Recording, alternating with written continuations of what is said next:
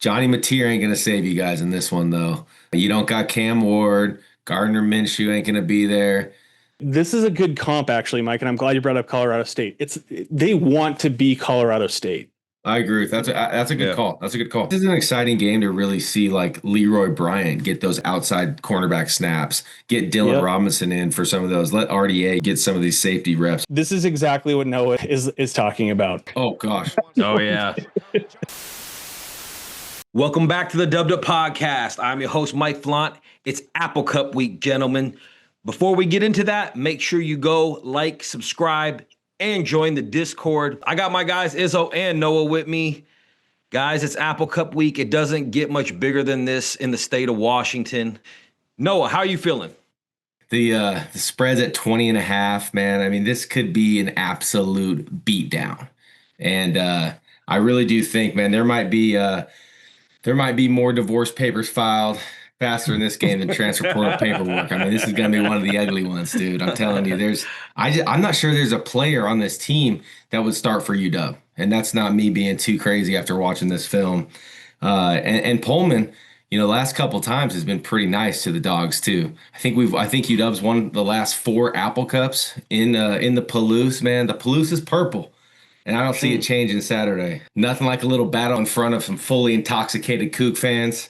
I'm not sure how long this will continue. I'm not sure what this rivalry will look like in years to come with the dollars, with the contracts. But as long as we still got it, man, we're gonna treat these little kitty cats like our brothers. Little brothers. You're not lying. And it's also not gonna be 34 degrees and snowing. That is true. We're getting the Palouse when it's, end of summer, so it's gonna be nice. Izzo, man, I know you've been waiting for this because they jumped on us last year, especially on Twitter after we lost to them here in Seattle. Talk to me, bro. My most vivid memory of that game was afterwards. I actually took my parents to that game and my wife, and when we were hanging with Noah and his buddies and some other guys, and on the way home, my mom, she goes, "Don't worry, honey, it's just football." And I was like, yeah. I tweeted, I was like, guys, don't worry.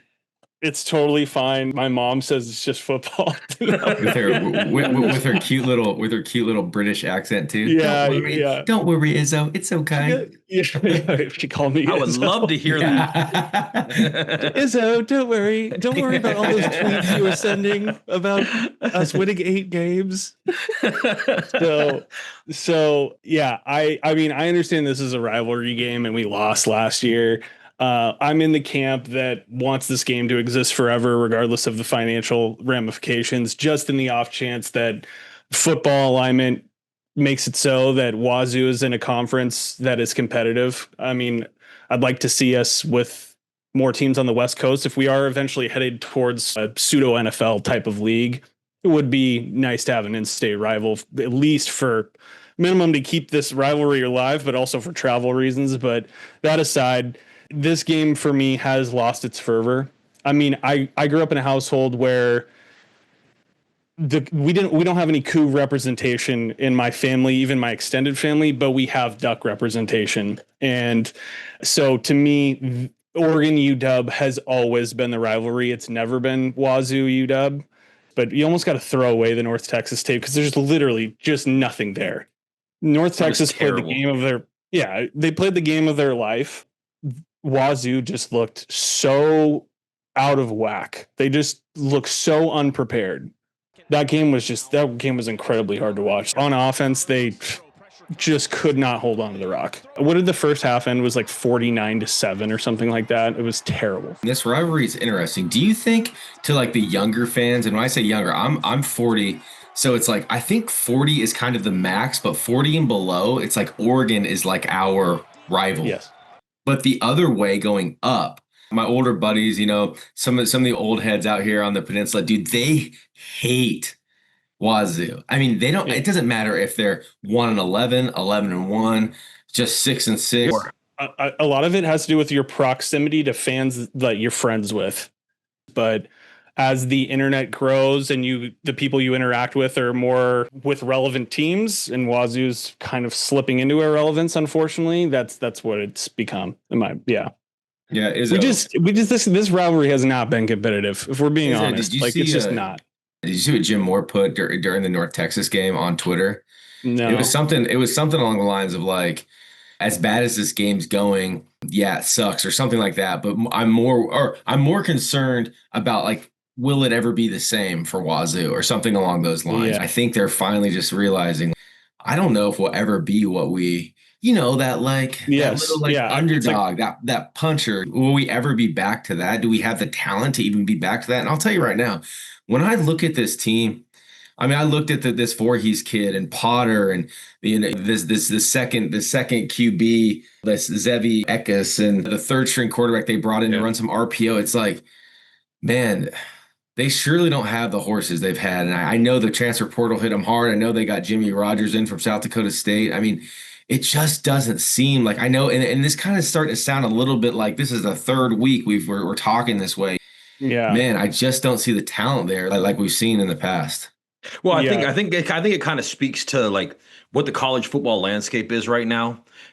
They're going to have to do something because these programs like Wazoo, like Oregon State, they're going to get relegated out of this completely because it's already happened. This was the game where the reality, I think, hit because last year they got a dose of having an extremely talented quarterback, and that whole team unfortunately left, and so this is the reality of college football now, and it's extremely unfortunate. I wish that game in North Texas, I literally just wish they had a bye. Like I wish we could get up for this and be super excited about a chance that potentially you have some team that's going to come up and bite you in the ass. And I realize how arrogant this sounds, but dude, I don't think there's anybody who's honestly watched both these teams and are like, yeah, no. Wazoo has a chance to really come up and bite UW in this game. Like they don't, man. And it's unfortunate that it's not at all competitive.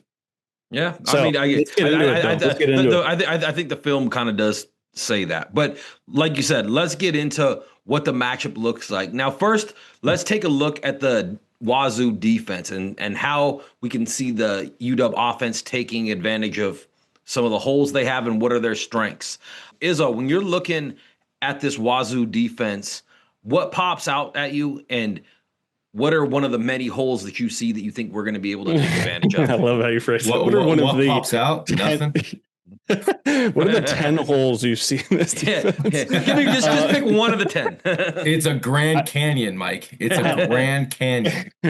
I'm gonna go through some of these players just to familiarize the fan base with who they have, because it's not all just unbelievably awful players. There's just not a ton of guys who stand out. They bring over, and this will be a trend throughout what we talk about as we familiarize you with the defense and the offense, that they brought over a lot of players from South Dakota State with Coach Rogers. Their defensive coordinator, Jesse Bobbitt, leans on a veteran 3 safety backfield. Their defensive backs are probably their strength. One in particular I want to call out is Matthew Durrance. He leads the team in tackles. He's coming from South Dakota State as well. He's more of an imposing safety, 6'2", 210.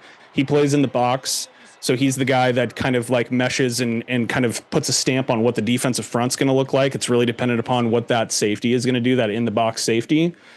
If you're going to try to scheme against this team, probably the player you want to scheme away from if you're going to do that. But I think we'll all agree in this, that you don't necessarily have to. Yeah. They have another good safeties. They're free safeties. His name's Tucker Large. He comes in the box a little bit, but he's that roaming coverage type of guy. He's a sure tackler. One of their more reliable guys, also another transfer at 5'11", 190, is a little bit questionable. He's got 13 tackles on the year, but he's only missed 1 tackle on this year, and he's got 2 pass breakups. So those are kind of the 2 safeties that people need to kind of key in on. Everybody on this team, and I don't know if you guys noticed this, is watching highlights and stuff like that when the announcers call it out. Pretty much everybody except for maybe a couple guys who are key starters for them are all seniors.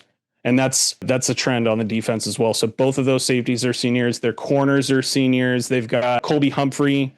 He's probably the guy you would consider their number one. He was an all Missouri Valley second team player last year for South Dakota State. He's, again, 5'11", 190, I don't think he's gone up against any physical imposing. Like if we wanted to, we could throw the ball at Denzel Boston in this coverage if they were going to go one-on-one with him all day, and we would blow them out if we wanted to do that. He's just not going to do well against these bigger receivers. They have Jamari Colson on the other side, who's another guy who plays every down. He's okay. He's a little bit longer. In the middle, if you were to say that there's probably a leader on that defense, they have a kid named Parker McKenna, and he had some good tackles against UW last year in that game. He's 6 foot 225, transferred in from, he's out of Beaverton High School in Oregon, but he transferred in from Portland State. He's their leader in the middle. This team really struggles tackling, and you can't have that from your inside linebacker. So while he has 17 tackles, his grading out in these games against poor teams has not been great. And he gets pushed around by big offensive linemen a bit. He is stout. He is 225, but our offensive linemen outweigh him by 100 pounds and can move. And we're talking about John Mills and Landon. I mean, we can move him out of this game quite a bit. And I would expect that if we want to do some schematic stuff and kind of get some guys some different reps and different targets, and you'll hear this later on in a prediction of mine, we should be targeting the tight end. Like, this might be a big game for Decker, for Hugh Moore to get some targets, things like that, because you can kind of... That's what North Texas did.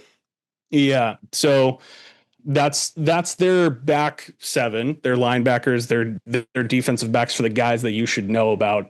Up front, they do a lot of rotating. They play a lot of different dudes, but the guys who are getting the most snaps in the middle, probably their best player in the middle is an interior defensive lineman named Bryson Lamb. He's a junior out of Bellingham, 6'2", 300 pounds. Wears number 99. You won't miss him. I think he's got big red. I think he's a big redhead guy. He's probably been their most consistent on the inside. They have another guy who's not been very consistent this year. His name's Max Balloon, if I'm pronouncing his last name correctly. 6'6", 285. He's another transfer in from SDSU. Plays a lot in the middle. Struggled against Idaho, but he's gotten a little bit better up front. And then they have these last two guys before. No, I'll turn it over to you. Sorry for just completely bogarting this section. It's good. Isaac Terrell. He's a junior, 6'2", 250 pounds. This is the guy who's actually got some sacks this year. He's got 2 sacks on the year. Another SDSU transfer in, non-existent in the North Texas game. They just completely schemed him out. I wonder if it was to the point that they actually did scheme away from him, because he can be a threat. He can get to the passer. And then they have the last guy I'll highlight. He's their other edge who plays the most, because they kind of rotate 4 or 5 guys. His name's Ram Stevenson. He's 6'4", 255 pounds. They have him out there as like a body that they're trying to mold. And again, non-existent in North Texas. And the whole team, I guess, was non-existent in that game, but he's the last guy worth mentioning. So yeah, no, I don't know if you have thoughts or if there's some things, but thanks for letting me ramble for 10 minutes. No, for sure. I mean, one of the big things I noticed was when I really watched that North Texas film was it's not like these guys didn't have a feel for the game in the sense of like they weren't out of position a ton. The biggest thing I noticed was a lot of these like South Dakota State transfer type guys, they seem like the speed of the game. Like, that's a perfect play right there. Number 9, that kid, I think it's 9 or 23. He just couldn't get outside quick enough to actually make that play. And that's kind of what he looks so lazy. The speed of the game just kind of eats these guys alive. I mean, you look at this guy walk in, boom. Yeah, you got to come down and make that play. It just seems like they struggle. And you know what I always like to do is I like to wear the hat of the defensive coordinator. Like, what would I do against the University of Washington? I mean, and man, it's kind of pick your poison. It's do I load the box and go, hey, Rashid Williams is hurt, a young quarterback. It's in Pullman. Yes, Damon did start the bowl game, started Oregon last year, so he's had some road tests. Another, first time on the Palouse. And I'm kind of like, hey, try to shut down the run. And he has Denzel Boston, one of the elite wide receivers in the country. But then he has a bunch of young freshmen. It sounds like Amari Evans might come back for this game, which will be big. But if I'm wearing that defensive coordinator hat, I think I realize that my secondary probably doesn't match up very well, even with terribly. Damon Williams and just the talent he has around him. I think this secondary, they have no picks on the year. I think they have 7 deflections or so. It just doesn't bode very well, in my opinion, to do anything other than maybe load the box and see if I can shut down this run. I know Jonah Coleman right now is the best player on the field. I know Adam Mohammed is an absolute dump truck. It's not even close. And to be honest with you, that is the most glaring thing that sticks out when you're looking at the Wazoo film is the lack of speed, especially when you're just going to the outside. Yep. They couldn't get there on time no matter how hard they tried against North Texas. And I don't know what North Texas's athletes are like compared to UW. I would assume they're a significant step down. And when you watch them play, like I said, they just couldn't be there. And then in the secondary, it was the same thing. Like their secondary seemed like they were swimming a lot of the time and guys were just getting open left and right. And I don't think they're going to be able to match up on any level at least from what I saw in the first 3 games. Yeah. They play. Sorry, go ahead, Noah. No, I was just saying, and the thing is, people I'm talking to, they're like, yeah, but Wazoo had 5 turnovers in the first half. No, dude, I completely agree. I mean, you're not going to win any football games by having 5 turnovers in the first half, probably let alone a game, right? But in the first half alone. But the fact of the matter is it wasn't like when North Texas got the turnovers, it wasn't like you guys were like holding them, and okay, finally they scored. It was like turnover, 1 play touchdown, turnover, 1 play touchdown, turnover, maybe 2 plays touchdown. It was like floodgates were open, and then it was like, yeah, we just got beat. It looked like they were playing Georgia. It looked like they were playing Georgia. It was like you don't expect North Texas to beat a Pac-12 team like that, even if it is the new Pac-12, which is the Pac-2. You know what I'm saying? It really relegated to the shadow realm of the Pac-2. They really did, and it's like I said, it was too bad to see. But I don't really think there's anything they're going to be able to do against our offense, even though we're not going to have Rashid Williams, who is probably going to be gone for the next 4 or 5 weeks. Yeah. All right. I'll say, before we move on, I just want to say this, like, if we're being honest with ourselves about what that program is and the motivation for the players, especially on defense in a game that I think when it kicked off, if I remember correctly, it was like 90 something degrees down there. And you've got a bunch of transfers from South Dakota State. I think a lot of the motivation for the players on this team, on defense especially, is getting noticed, is standing out. And you don't have a lot of players, in my opinion, stepping out of their comfort zone and playing multiple roles. You see a lot of their guys in their previous games lean into what they think is their draftable trait in games. And I don't know if you have buy-in from the team to play as a team. Talked about these holes that can be exploited. If I'm Jed Fish and I get to exact my revenge on Wazoo, what's the first thing that I'm doing? Where does the pathway start for Jed Fish to hanging his 70 on Wazoo? And Noah, we'll start with you since we started with Izzo on the last one. Man, I think this UW run game is going to go absolutely wild on Saturday. Like I said, I think that's where the defensive coordinator for Wazoo tries to impact the game by shutting down the run. I just don't think they have the horses, man. I mean, I think early and often, man, you hear me say that, establish the ground and pound. Man, Wazoo's given up 188 on the ground to Idaho. They gave up 163 to North Texas. And remember, 163 is crazy. Why? Because all of those turnovers they had in the Wazoo part of the field. So those were short fields they were scoring on. So when they would get the ball, like I said, on the 20, they were still doing whatever they wanted to do with it. But man, I mean, Wazoo is giving up 7 yards per carry. Dude, establish it early and often, man. But this is another game, in my opinion, where you're going to see Jonah Coleman.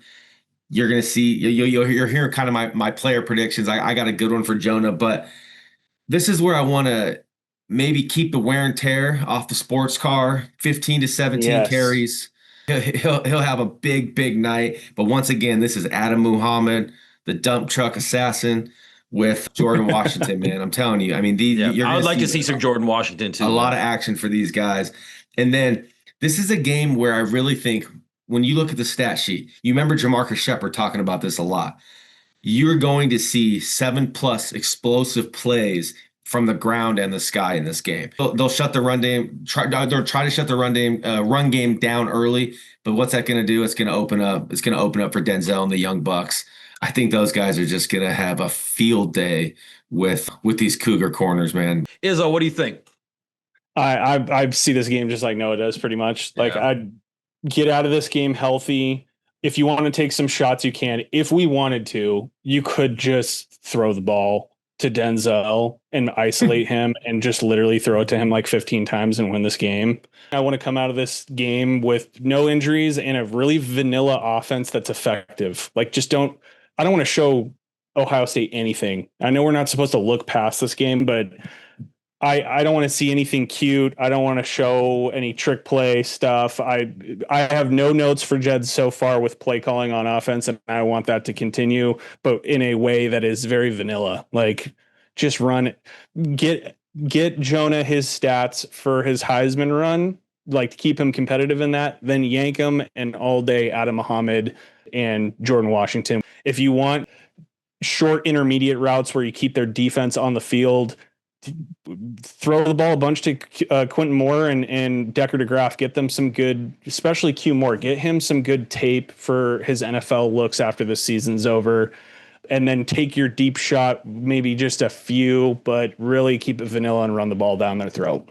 Straight up. I think that the simple approach is probably a good way to do it, just because they should be able to push them around and do what they want. The O-line matchup against their front seven, it's not like they're super light in the middle, but there is not a defender on their defense that really they can't bench press with any of our O-linemen. I'll just put it to you that way. Well, and I think they're about to get bench pressed. That's been the theme for UW this year so far, has been road grading, and I want to see that continue. I want to see them road grade this defensive line, push them around, and let our running backs get everything that they want. Especially because they have capable safeties. Like, their safeties are not that bad.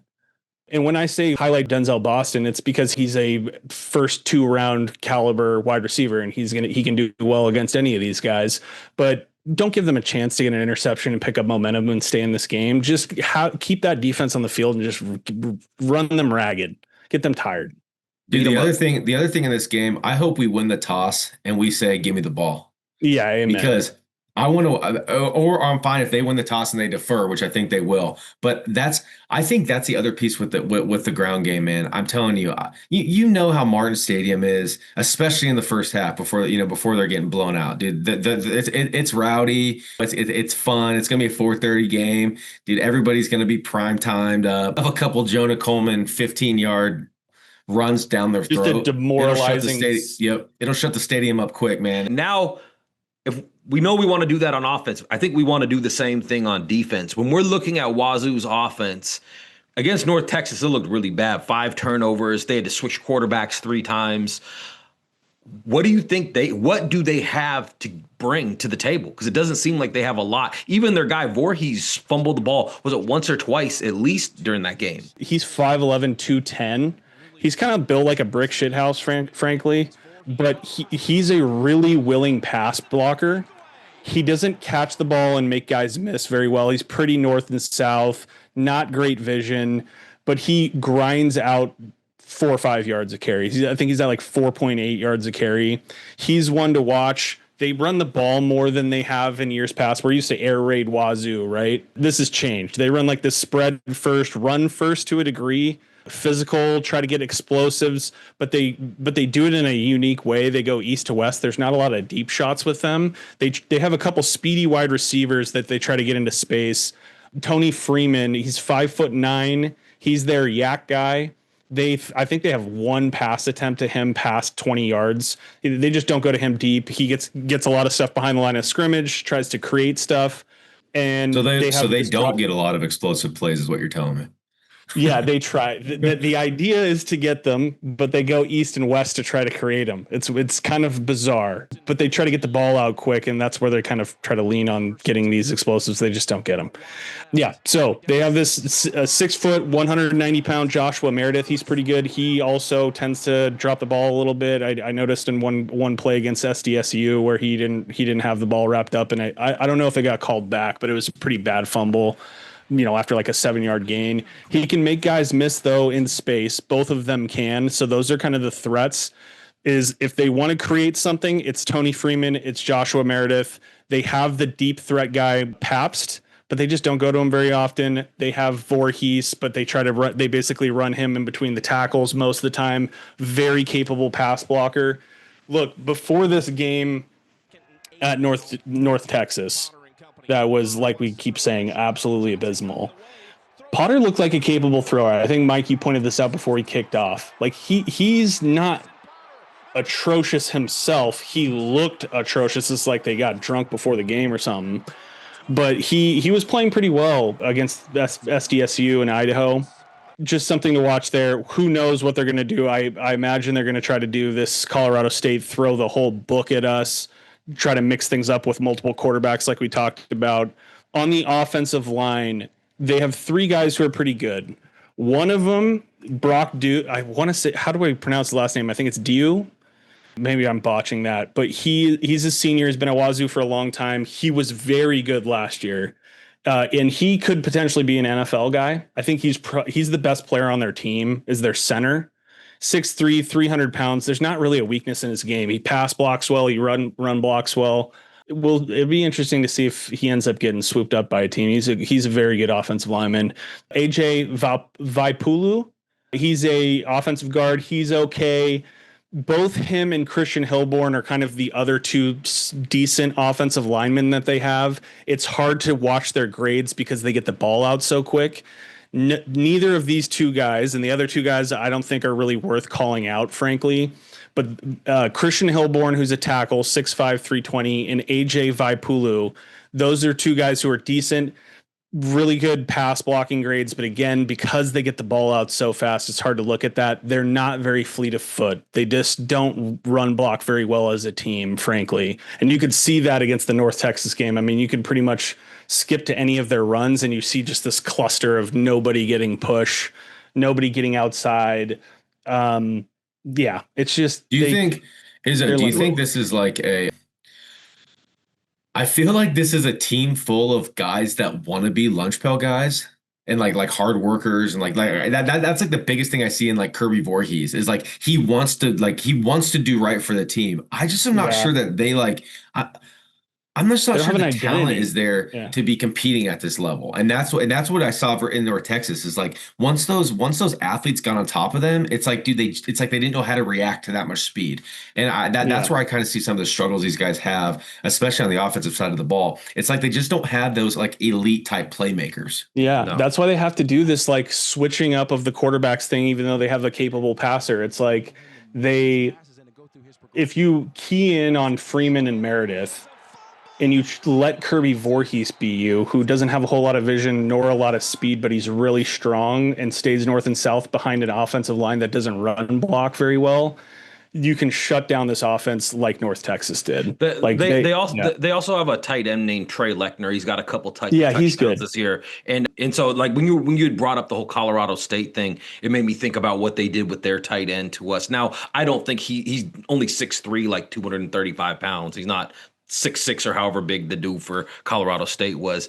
but he is a guy that has a couple touchdowns and they do go to. So it's like the best way to put it is like this is a good comp actually, Mike, and I'm glad you brought up Colorado State. They want to be Colorado State. I agree with that. That's a good call. That's a good call. Yeah. It's like I think I just misspoke earlier and said they don't have an identity. They do have an identity. It's just not a very strong one, and they don't have the horses to pull it off. Their identity is Colorado State. It's so bad how far they have fallen, but their defense is what doesn't have an identity. Like they just are all playing not together, trying to get noticed and playing terribly and tackling terribly and not motivated, it looks like. But yeah, on offense, they just, I don't know how else to put it other than what you just said, Noah and Mike. They just don't have the dudes. It's a Yeah, I shame. mean, Their center is nasty, but that's about it, dude. when you look at their athletes on the outside, I mean, listen to this yard per catch. Okay, this is yards per catch. 9.6, 10.4, 25, 9.4, 8.4, 8.4, and 5. Okay, that's their yards per catch from their wide receivers. Here's UW's. 14.2, 17.3, 11, 18, 26, 23, 14. Little bit different story. A little bit different Yeah, story, man. everything's up front. The explosive plays, the difference in these two offenses it really is vast, man. And it's just this is a team that they're going to have to stay in front of the chains and stay on schedule, man. I mean, I just don't see any other way they can do it. Go ahead, Mike. What were you gonna say? Well, I was gonna say, like Izzo was saying before, their quarterback only goes through one read and then throws to his outlet receiver, or they set it up like that. They don't give him tough balls to throw. They try to get the defense to move up so they can throw over them, but it's very rudimentary. It's stuff that you see at lower level football. You know what I'm saying? It's not something that you see with the teams that have a lot of talent, a lot of big, physical, fast guys, and they're trying to make up for their lack of talent.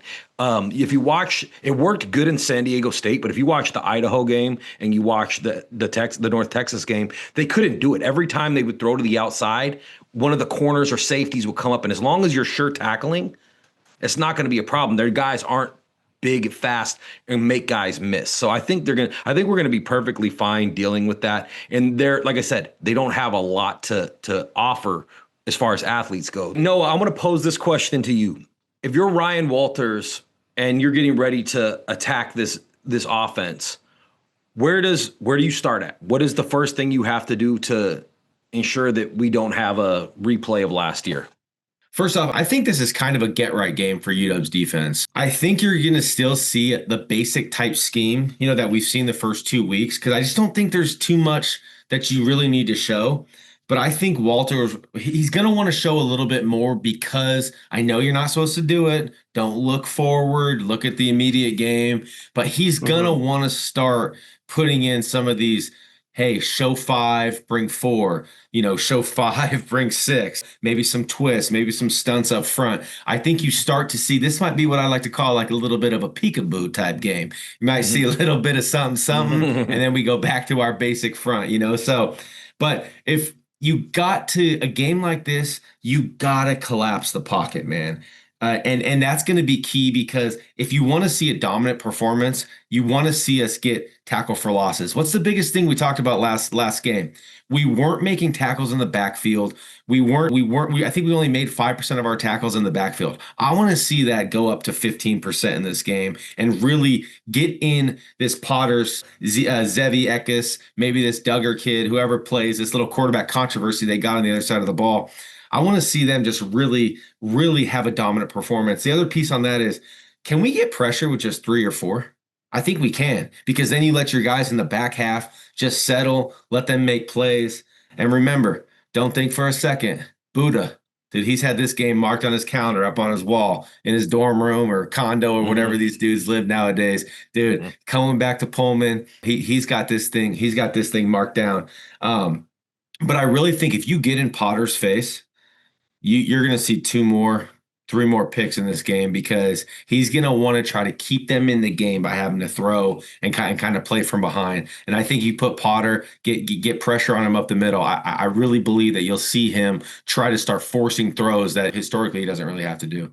No, look at this play right here. Yep. This is exactly what you're talking about. And by the way, I want to call this out. This isn't an atypical front that UW might show.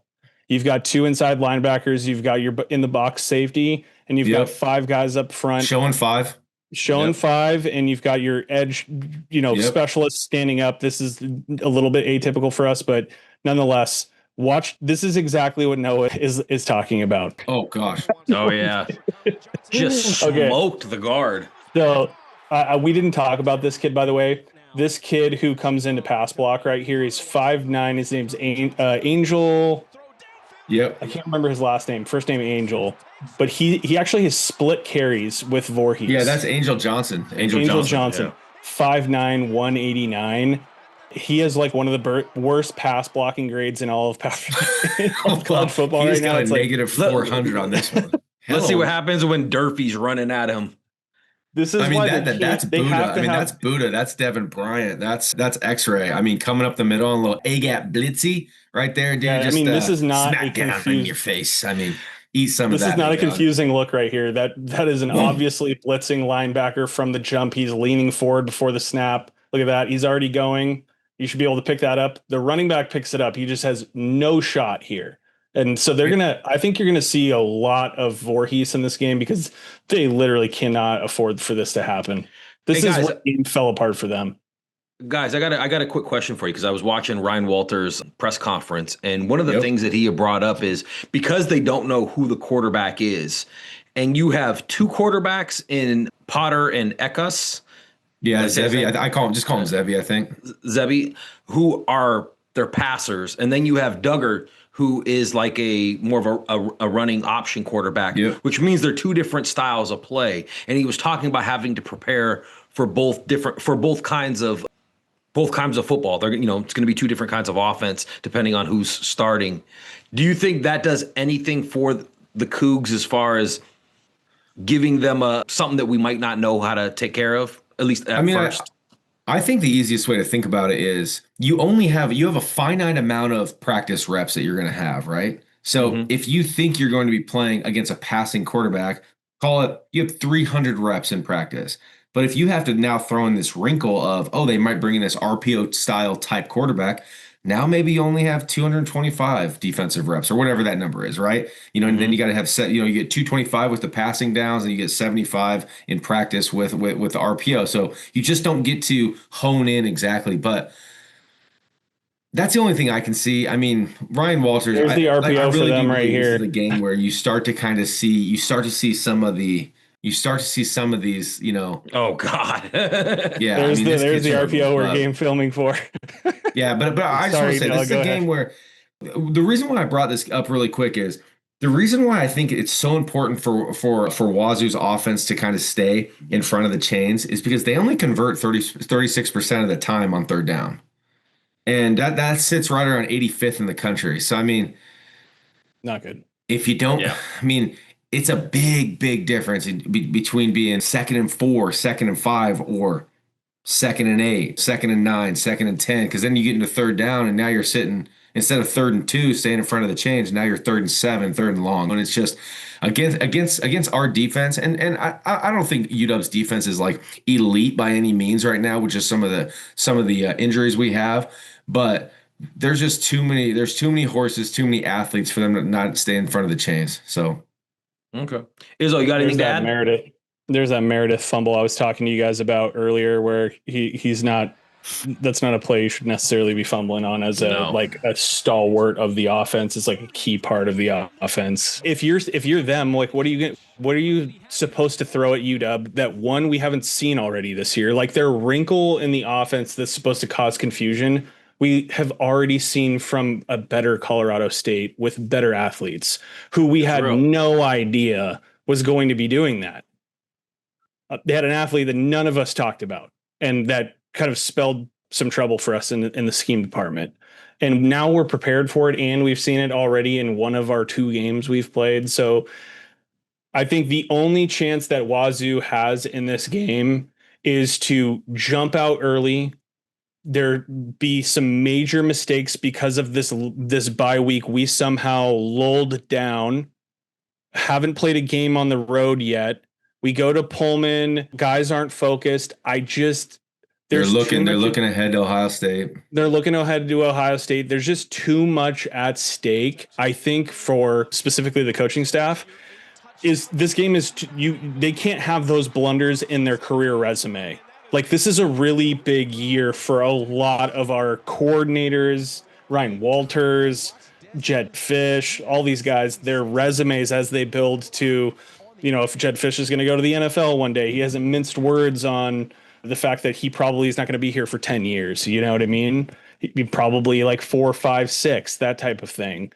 So I just can't see it being that lull game, and you'd have to have a huge lull game and everything go Wazoo's direction for them to capitalize on it. They'd have to like keep our defense on the field, play perfect sound football, no mistakes, and just take the wind out of our offense and somehow shut down DeMond Williams and Jonah Coleman and Denzel Boston against, by far, not even close, the best offensive line that they will see all year.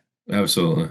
Like, I think also we can start talking about I know we haven't played like phenomenal opponents to this point, but I think that we've seen up to this juncture exactly what we wanted to from the progression of the offensive line. And we have multiple guys who we haven't even like really put out there yet who can also play in the depth pieces there. So I just can't come up with a math equation where this game is a concern. Yeah, Izzo, I want to talk that depth piece real quick. You've heard a lot of discussion from Jed about Takario, and they might sit him because of a little bit of a rib injury or whatever he might have. This is an exciting game to really see like Leroy Bryant get those outside cornerback snaps, get Dylan Robinson in for some of those, let RDA get some of these safety reps. I mean, Rashawn Clark. Say that again. Rashawn Clark. Yeah, I'm sorry. Clark will get the nickel snaps with Leroy most likely probably getting the start on the outside. But I mean, Dylan Robinson. I mean, this is going to be a game where having games like this where your superstar cornerback, your top 30 pick cornerback goes out, and now these guys get thrown into the mix game 3. Now, game 9, game 10, game 11, you already have some of that in-game experience. It can end up being pretty big for UW down the stretch. Yep. Hey, real quick question for you. Real quick question for you. We brought up Rashawn Clark, and I don't know if you heard, but earlier this week, Dyson McCutcheon was ruled out for the rest of the season. Who is that backup in the nickel now? Who follows up behind Rashawn Clark? Weirdly enough, it's Leroy. Yeah. Leroy's like the backup at every position, frankly. But I'm saying if he's starting on the outside, because Bobo's out, Taco's out. Yeah. So let's say something happened and Rashawn had to go on the bench for a series. Who steps in and plays the nickel? I actually think I have an opinion as well, unless you want to hit it. No, go ahead. Yeah, I think that's when you would see Dylan Robinson come in, play that outside corner position, and they'd put Leroy into the backup nickel position. Mm-hmm. What do you think, Izzo? I would agree. Yeah. Yeah, because Noah called this out before this year started. Like Dylan Robinson, for like the casual fans who don't know this roster crazy deep or what have you, true freshman, this kid, his upside is literally a top 10 pick. He's a freshman. And if you watched our last podcast, we gushed about him there too. This kid, and from what I'm hearing from practice reports this week, or not even reports, just kind of from the sources that I have, he's looking the part already, man. Like we may have an ultra special DB on our hands. He can play any position in the secondary. It'll be interesting to watch to see what position they commit him to, because there's so many awesome safeties we have. I think we're going to commit him to corner, but he could play. He's as confident as you could look at a freshman and say that's an NFL corner. Or the thing with Dylan Robinson that makes him so special is he's actually talented enough to probably play on the offensive side of the ball too. So the thing about him is he could, dude, his that's the biggest knock they always say is like, well, this kid plays corner, this kid plays safety because he can't catch the ball. He could play wide receiver, but I'm telling you, Dylan Robinson is a kid who literally could play on the offensive side of the ball. I mean, his catch radius is elite, his pass breakup is elite. I mean, he is that big of a talent. That's why I'm just so high on him, is because he is a legitimate ball hawk. He's a kid who could down the road have 6, 7, 8 picks in a season, and that's not exaggerating. I mean, he is that smooth of an athlete. I mean, look at how this is his high school clips. Look at the size there. Understand he's even bigger than this. 6'3", and we're talking about him as an athlete at this level. That's crazy. Like, you know what's wild is he looks like Takario. Like when I remember being at practice and looking and being like, "Oh, there's Takario." We'd be like, "Wait, that's not Takario. Who's that guy?" And then having to go through the roster and be like, him and Efi and Takario standing next to each other, and you're like, oh yeah, those are our Those three look corners. clones. People are like, holy shit, dude. Yeah, they look like Dude, I clones think of the each other. difference between I think the difference and I would love to get into this. We don't have to go too deep into this, but you know what the difference between these three is, in my opinion? I think he is like Say it. God-given natural like freak athlete. Like Yes, that's that. agreed. And I'm not saying Takari and Ephesians aren't elite as well, but I'm saying this kid is just like different. Take coaching and you're going to the NFL. Yeah, Like, and Jay Rich, that, bro, and Jay Rich knows what he has in this dude, kid. could not be a better DB coaching staff.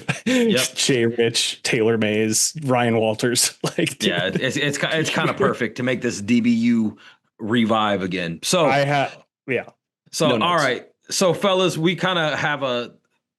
all kind of are in agreement on what we think this game's going to play out and how it's going to look. Super competitive, really close. Real quick, because I think we already know who these guys are too. Who are going to be our impact players to watch in this game? And if you guys want to throw out any ideas on what you think they're going to do stat-wise, I wouldn't hate you for that either. I got Jonah Coleman. I think this is a game, like I said, man. Keep the treads fresh, man, on the sports car. I think Jonah still goes for 130, 15 to 17 carries.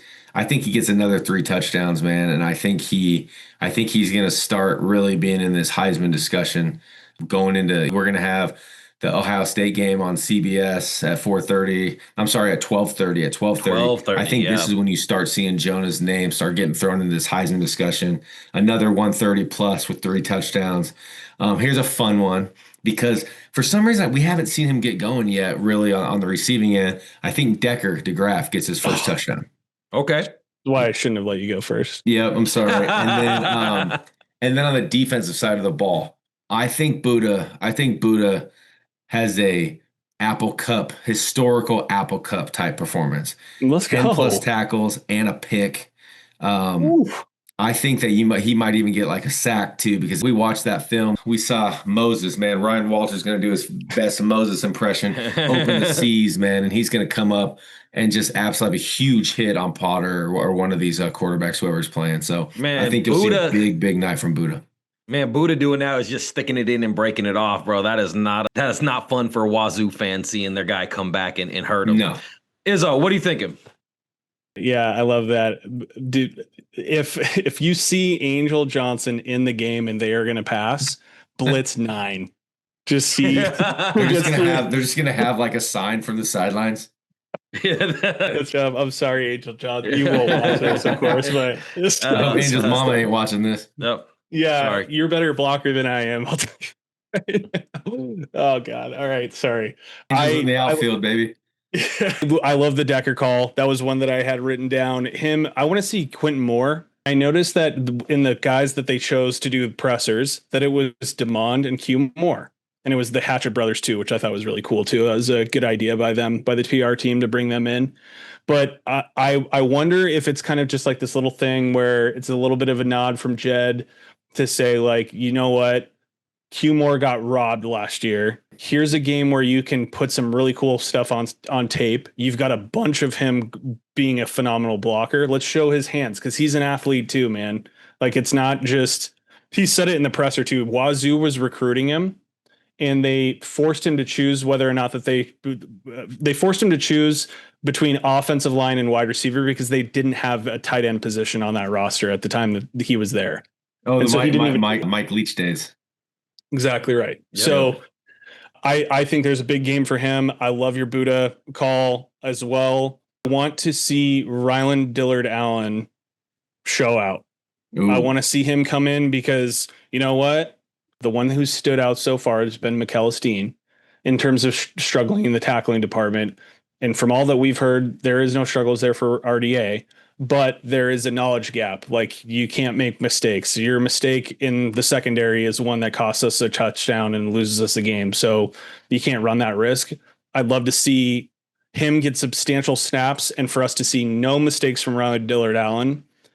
But outside of that, in terms of players, Adam Muhammad, Quentin Moore, I don't want to call out Denzel, because that one's really obvious. I think he's just going to end up with 100 yards in this game.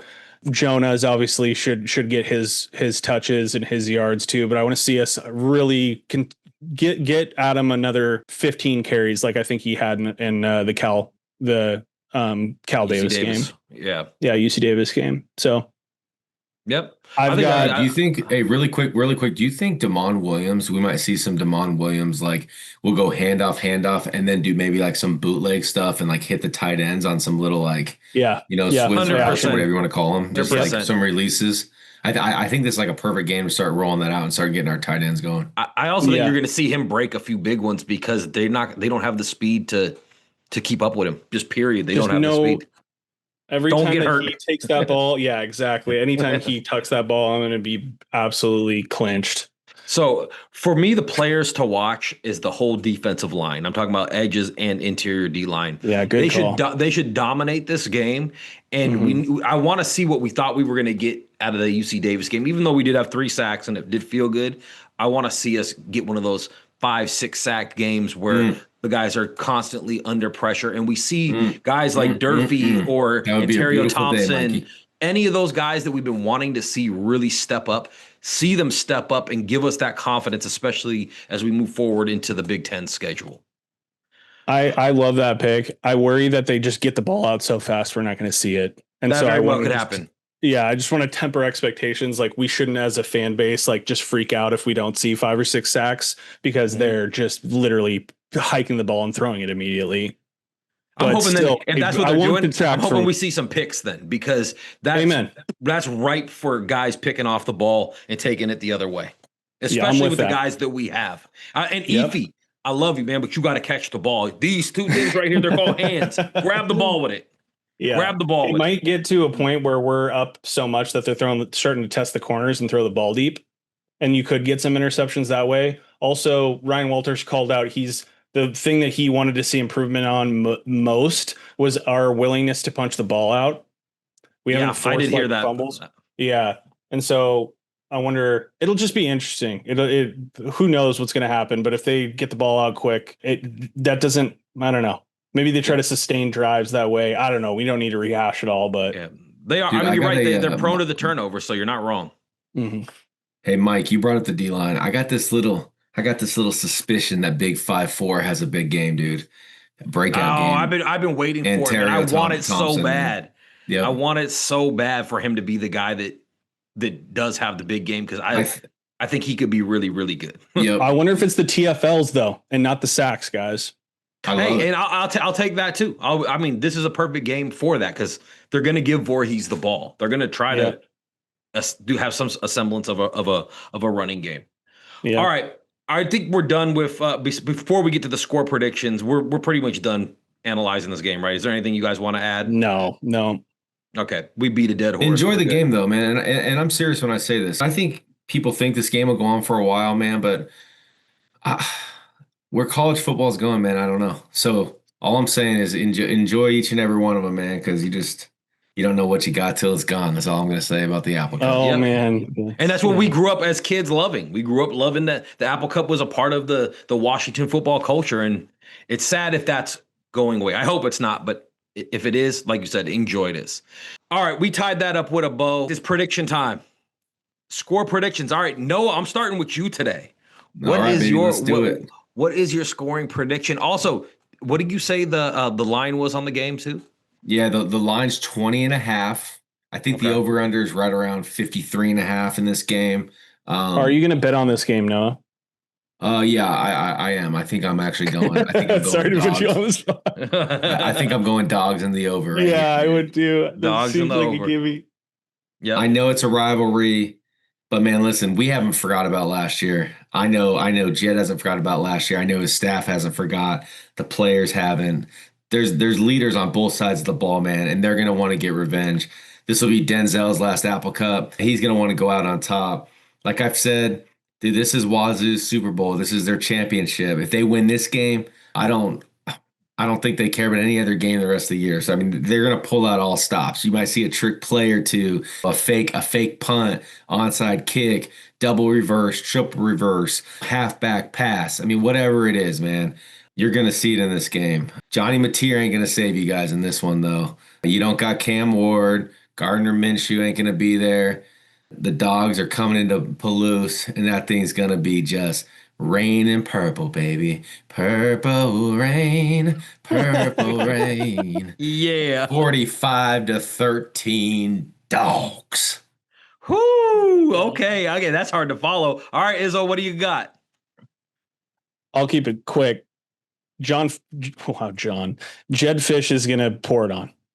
I don't think it's going to be with the starters all game or anything like that. He's not going to just like risk injuries just to pour it on. But I think we blow this team out. And I think it's like a similar score to the North Texas game, weirdly enough. I'm going to go 59-10 UW. Ooh, yeah, like score. a bad.